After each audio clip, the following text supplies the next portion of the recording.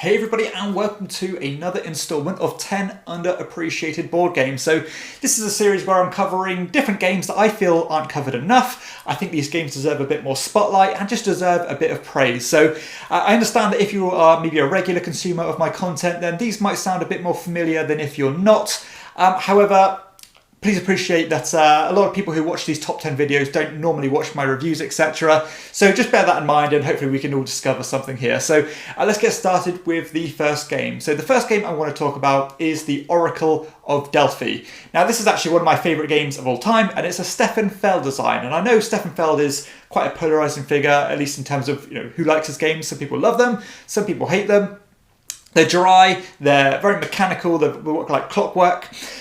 This one is another example of that. However, it does have a lot of shared DNA with one of his most, or definitely his most successful game and his most popular game, the Castles of Burgundy. So this one has a similar dice system as your drafting dice, or sort of rolling dice, and using them for different benefits and different abilities. However, this one, instead of collecting points in different ways, you are actually racing to get different objectives done. So you're traveling around the map on this boat, so you're trying to slay monsters, you're trying to collect things and drop them off to other spaces, and all these different things, and the first person to achieve all these things and make it back to the centre is going to be the winner. So I love the way the race feels in this game. It's extremely tense. As other people take their turns, you can actually charge up your abilities, and when they reach the top of these clouds, you can choose to trigger them and do really great things such as teleport from one side of the board to the other, or just slay monsters, do lots of different things that normally you wouldn't be able to do. So they're really powerful abilities that make you feel powerful, and if you string a few together, you can get a lot done very quickly. I actually prefer this game to the Castles of Burgundy. I think it does what it does slightly better, and it has so much that I love about it. And I think if more people just took a look at this one, gave it a go, it would really ramp up there and gain more popularity, because I don't know what you couldn't like about it if you do like a game like Castles of Burgundy. It's familiar enough but different enough to warrant having them both, and I absolutely adore this one. So I highly recommend checking out the Oracle of Delphi if you like your Feld and you like your racing style games. The second game I want to talk about is Chinatown. Now Chinatown is a game I actually discovered this year. This is one of the most involved negotiation style games that you can imagine. It's so versatile in who you can play this with, because the rules themselves are just stripped back, bare bones basic, but all the fun, all the richness, all the juice in the game comes from player interaction and trying to strike deals with the other players. So the idea of this game is that you are collecting these different units on the board, which are like kind of shop fronts, and then you are collecting tiles and building them onto the board and to make these different shops, and then the more shops you line up together of the same type, you get more and more money. But everything is up for sale in this game. You can trade money, you can trade different plots, you could even trade ownership of the buildings already placed on the board.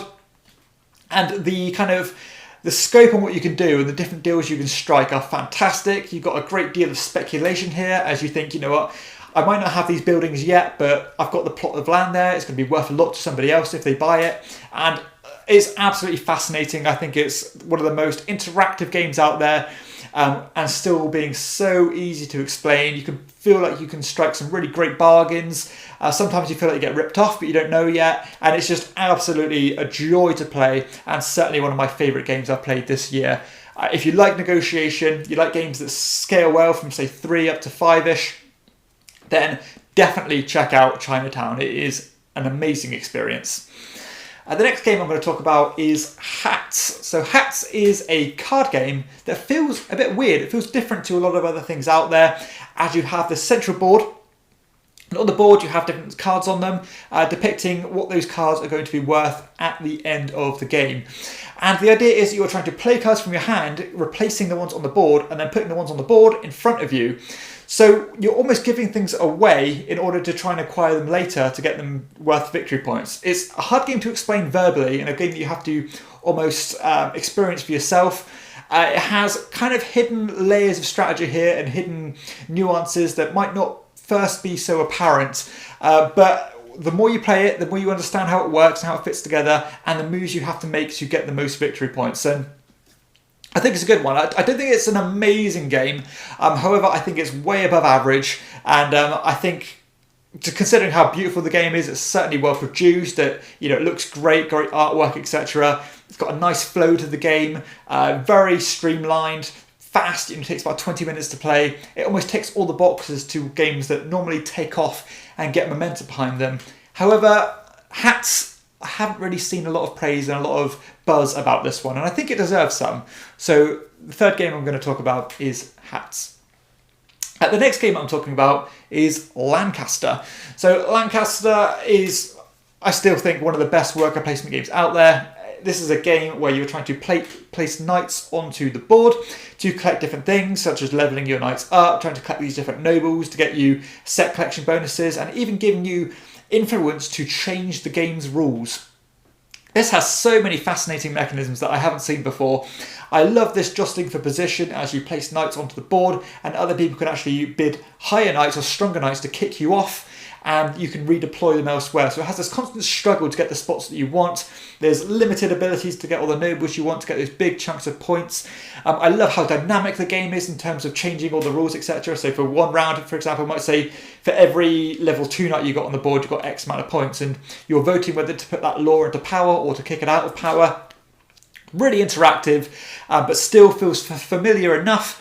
And I think, considering how well-rounded this game is, how well-designed, and just how precise it is, I think it still isn't talked about as much as I think it could be, because this is easily as good, and if not better, than 90% of the other worker placement games out there.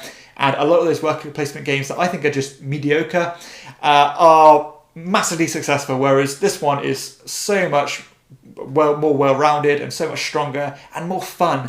So I can appreciate why the game doesn't look all that fascinating. I think the visuals could be spruced up, but the gameplay itself is marvellous. So that is Lancaster. The next game I'm going to talk about is a family weight game called Adventureland. Now, Adventureland, I think, suffers massively from the name. The title is so generic, the box cover is generic. However, if you look at the fine detail here, this game is designed by Wolfgang Kramer and Michael Kiesling, who are some of the most successful designers out there and some of the best designers out there, in my opinion. This one is a family weight game as you are trying to move all your pieces from the top left-hand side of the grid to the bottom right-hand side of the grid, or at least in that method, stopping off along the way, trying to collect different resources to slay monsters. You're trying to collect things to improve your dice rolls. You're trying to claim spots in these castles to try and get area majorities. And that's what all this game is about. All you're going to do is you're going to move 2 of your pieces as far as you want, right or left, but you can never go back on yourself and backtrack. And it has a real interesting pacing as the time is quickly vanishing. You want to jump to the best spots, but you've got to be careful that in future rounds more things might pop up prior to you. So you want to kind of keep some workers back, but not keep them too far back, because at the end of the game, if those workers aren't safe in the castles, then they can potentially be worth negative points. This is a wonderful family weight game. I think, again, I think the genericness is holding this one back. I know it had its kind of 5 minutes in the sun a few years ago, but I don't hear anybody talking about Adventureland nowadays, and I really think they should, because it is still one of the best family weight games out there for me. That is Adventureland. The game I want to talk about is Babylonia. Now, Babylonia, made by another massively successful designer, Rainer Knizia. This one has a lot of shared DNA with his other designs, such as Blue Lagoon, Samurai, all these token placement games as you're placing them on the board, spreading out, doing different things. However, this is by far my favourite style of this type. As you are placing these tokens onto the board, you're trying to surround these different cities, and once you do, every kind of matching city and your matching symbol of that type in the chain connecting to it is going to score loads of points. You want to try and connect things together, but you want to spread out. You want to try surround things to get bonus points. It is so streamlined, so elegant, and just beautifully designed. I think this is one of the most elegant and almost evergreen feeling games that I've played in recent memory. And there's no bloat on this whatsoever. It's just down to pure bare bones essential. What you need to make this game work is what this game is all about. I'm fascinated with this game. I think it's great. It's very versatile in terms of who you can play this with. Anybody can learn it, but still even more experienced gamers are going to get a lot from this type of game, because Every placement is pivotal and every decision is important. So highly recommend Babylonia. It's wonderful. The next game I want to talk about is Vasco da Gama. Now, Vasco da Gama, you're either going to be put off instantly by the way the game looks, or you're going to be interested if you like your beige Euros. This is as dry and as dusty as it gets in terms of its theme. However, this game does have a lot to offer and a lot of fun to be had from it. So it actually has a mechanism that I haven't seen before, and it's unique to this game. I haven't seen it at all. So it almost has this programming element where you collect these tokens, which determines the priority or the initiative you're going to resolve each of these actions. And these actions are going to be collecting crew members, collecting boats, trying to sell those boats off to discover new lands. You're collecting these player powers to give you little benefits throughout the game as well. However, the price of these tokens fluctuate on what they're going to cost you, depending on the round to round. And it almost has this idea of speculation where each round is either this marker is going to move 3 spots up or up to 3 spots down, which is going to either ramp the prices up or ramp the prices down. And you've got to bear in mind whether you can afford that. Are you going to play it really safe and take the higher numbers and go last, or are you going to gamble and potentially cost yourself a lot of money in order to go first? And that's what this game is all about. It's all about mapping things out, almost programming things in the right order, and trying to get the most points. And it works well. It's so well-rounded. It works perfectly fine, and everything you'd want from a Euro this game offers. And it still has that uniqueness to make it stand out from the pack.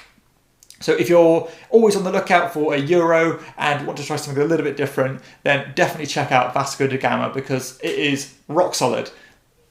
The next game I want to talk about is Monasterium. Now, this game actually came out last year. I think it's became a bit better distributed in Europe than it did in the States. So I think it's starting to get distributed in the States now. This is a dice-driven Euro, with a difference though, because in this game you are rolling a cluster of dice and then you are allocating them to different actions. However, those actions aren't yours until this whole thing's over. So you're going to keep taking turns, allocating these pip values.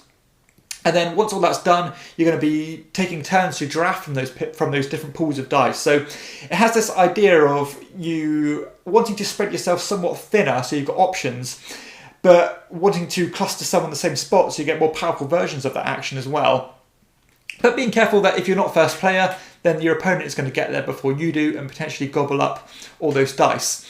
The idea of this game is that you're trying to travel this cart down this street, visiting these different churches or monasteriums, trying to put different kind of, religious figures in those to get majorities. You're collecting these different stained glass windows to get bonuses as well. All trying to work towards these different public objectives, and it works fine. It's so smooth. It's fun. It's engaging. It feels different enough, but still feels familiar if you like these dice-driven Euros. This is a solid one. I think it's a lot of fun. I think it's got the potential to go massively under the radar, which at least it has.